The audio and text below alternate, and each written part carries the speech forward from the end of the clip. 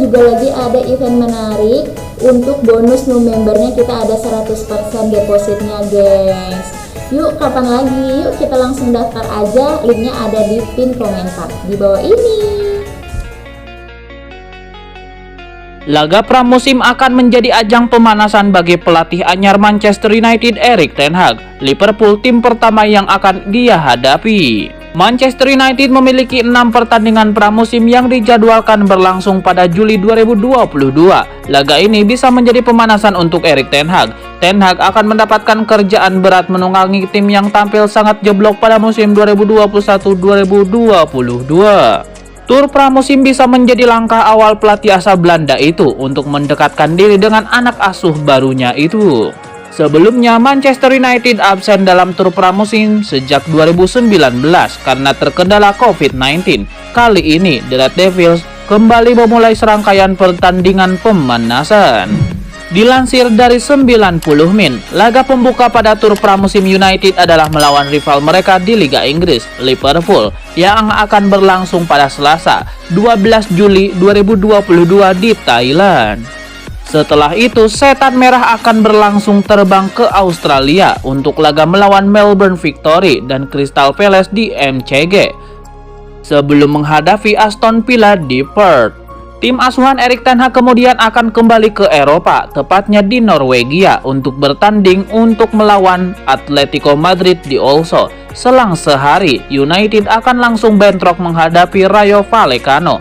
Dengan begitu, kemungkinan besar seluruh skuad akan memiliki kesempatan diturunkan.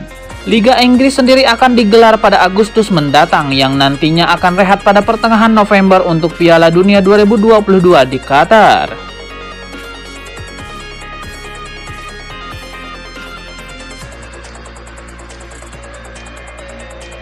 Perburuan gelandang baru Manchester United di musim panas ini memasuki babak baru. Setan Merah dilaporkan mulai fokus untuk mendatangkan Sergej Milinkovic-Savic dari Lazio.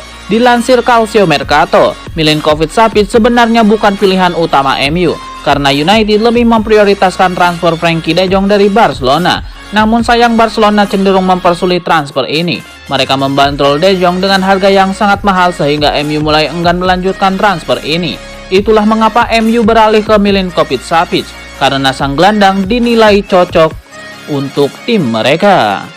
Laporan itu mengklaim bahwa Manchester United sudah menjadwalkan pertemuan dengan Lazio dalam waktu dekat ini. Mereka akan to the point menanyakan kesediaan sang gelandang. Mereka berharap proses transfer ini tidak berjalan lama. Mereka berharap transfer ini bisa selesai di akhir bulan ini sehingga sang gelandang bisa ikut tur pramusim mereka di awal bulan depan.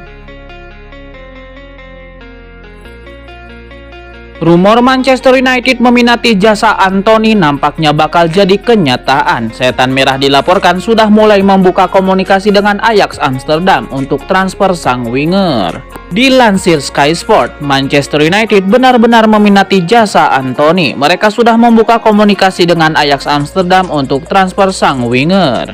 Laporan itu mengklaim bahwa Manchester United sangat tertarik merekrut Anthony. Erik ten Hag ingin sang winger memperkuat lini serang Setan Merah di musim depan. Untuk itu, manajemen MU mulai bergerak untuk mengamankan jasa Anthony. Mereka sudah menghubungi manajemen Ajax untuk membahas transfer ini. Laporan itu mengklaim bahwa pembicaraan antara kedua klub masih berada di tahap awal, jadi belum ada yang disepakati sejauh ini.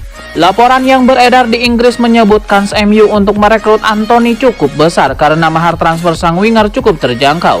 Ajax membandrolnya di kisaran angka 50 juta euro. MU dikabarkan tidak keberatan untuk menebus sang pemain di harga itu.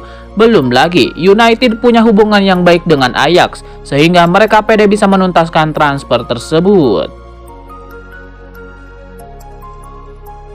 Ada laporan menarik datang dari Manchester United. Manajer baru mereka, Erik ten Hag, dilaporkan menjadi sosok di balik kepergian Paul Pogba di musim panas ini. KD Nasser mengungkapkan bahwa Pogba sebenarnya bisa bertahan di MU, namun Erik ten Hag tidak menghendaki keberadaannya. Menurut laporan tersebut, Erik ten Hag sebenarnya memiliki kans untuk mempertahankan Pogba karena sang gelandang sebenarnya membuka diri untuk bertahan. Namun usai menekan kontrak di MU, Ten Hag dimintai pendapat oleh manajemen MU terkait Paul Pogba. Ia ditanyai apakah ia mau memperpanjang kontrak Pogba. Namun Ten Hag dengan tegas menyebut bahwa ia tidak membutuhkan Paul Pogba, jadi ia mempersilahkan MU untuk mendepaknya. Laporan itu juga mengklaim bahwa Erik ten Hag langsung menembak manajemen MU untuk terkait pengganti Pogba pada saat itu. Ia meminta manajemen MU mendatangkan Frenkie de Jong. De Jong sangat diinginkan Ten Hag. Gelandang Barcelona itu dinilai jadi kunci agar MU bisa memainkan skema yang diinginkan Erik ten Hag. Alhasil hingga saat ini, MU sedang mengupayakan transfer De Jong dari Barcelona. Manchester United kalah dari Liverpool dalam perburuan penyerang muda berbakat milik Benfica, Darwin Núñez. Kedatangan Núñez diklaim bakal membuat Liverpool jauh lebih kuat di musim depan. Kali ini MU kalah bersaing dengan Liverpool dalam perburuan Darwin Núñez. Daya tawar Liverpool dianggap lebih menarik, namun apakah MU benar-benar kalah? Darwin Núñez memang memilih Liverpool, tapi bukan berarti MU diabaikan. Kabarnya Setan Merah terlebih dahulu mengamati potensi Núñez, tapi tidak sepenuhnya tertarik. MU memang membutuhkan penyerang baru musim ini, tapi mereka tidak benar-benar mengincar striker nomor 9 seperti Darwin Núñez. Alih-alih kabarnya MU memprioritaskan transfer Anthony dari Ajax Amsterdam. Winger 22 tahun itu sudah bermain di bawah Erik ten Hag dalam 2 tahun terakhir. Ten Hag mengenalnya dan menilainya cocok untuk MU. Artinya sejak awal MU memang tidak memprioritaskan transfer Darwin Núñez. Karena itulah striker muda Uruguay tersebut akhirnya jatuh ke pelukan Liverpool. Rumor Marco Asensio bergabung dengan Manchester United berpotensi jadi kenyataan. Real Madrid dilaporkan bakal menjual sang winger dengan harga terjangkau di musim panas ini. Laporan Corriere dello Sport mengklaim bahwa Real Madrid tidak terlalu gusar jika ditinggal oleh Asensio karena sang manajer tidak memproyeksikannya di skuad El Real di musim depan. Ancelotti lebih condong untuk memainkan Rodrigo di sektor sayapnya, sehingga Asensio bakal terdepak dari tim utama Real Madrid. Jika Asensio tidak berkenan hanya jadi pemain pelapis, Ancelotti mempersilahkan sang winger untuk mencari klub baru di musim panas ini. Laporan itu juga mengklaim bahwa Real Madrid tidak akan membandrol harga Asensio terlalu tinggi di musim panas ini. Situasi ini disebabkan kontrak sang winger akan habis di tahun 2023. Ketimbang melepaskannya secara gratis, Real Madrid lebih memilih menjualnya di musim panas ini. Kubu Los Blancos menginginkan sekitar 30 juta euro untuk sang winger. Jadi mereka berharap MU bisa lekas menawar sang pemain. Manchester United nampaknya benar-benar serius ingin meminang Christian Eriksen. Setan Merah dilaporkan sudah memberikan tawaran kontrak untuk sang playmaker. Dilansir Ekrem Konur, Manchester United mulai mengebut proses transfer Eriksen. Mereka sudah memberikan tawaran kontrak untuk sang playmaker. Perwakilan MU diklaim sudah menemui agen Eriksen. Mereka sudah menawarkan kontrak bagi sang playmaker. Manchester United hanya menawarkan kontrak berdurasi 1 tahun saja, namun ada klausul perpanjangan kontrak lagi selama 1 tahun. MU sengaja memberikan kontrak jangka pendek karena usia Eriksen sudah memasuki kepala 3. Selain itu, ia juga punya riwayat penyakit jantung, jadi MU ragu memberikannya kontrak jangka panjang. Namun, salah satu cara agar Eriksen tertarik pindah ke Manchester United adalah Setan Merah menawarkan kontrak jangka panjang untuk sang pemain. Eriksen diberikan tawaran gaji yang besar. Namun Ekrem Konur tidak membeberkan berapa nilai nominalnya. Namun ia mengkonfirmasi bahwa gaji yang diterima Eriksen nanti jauh lebih besar daripada gaji yang ia terima di Brentford.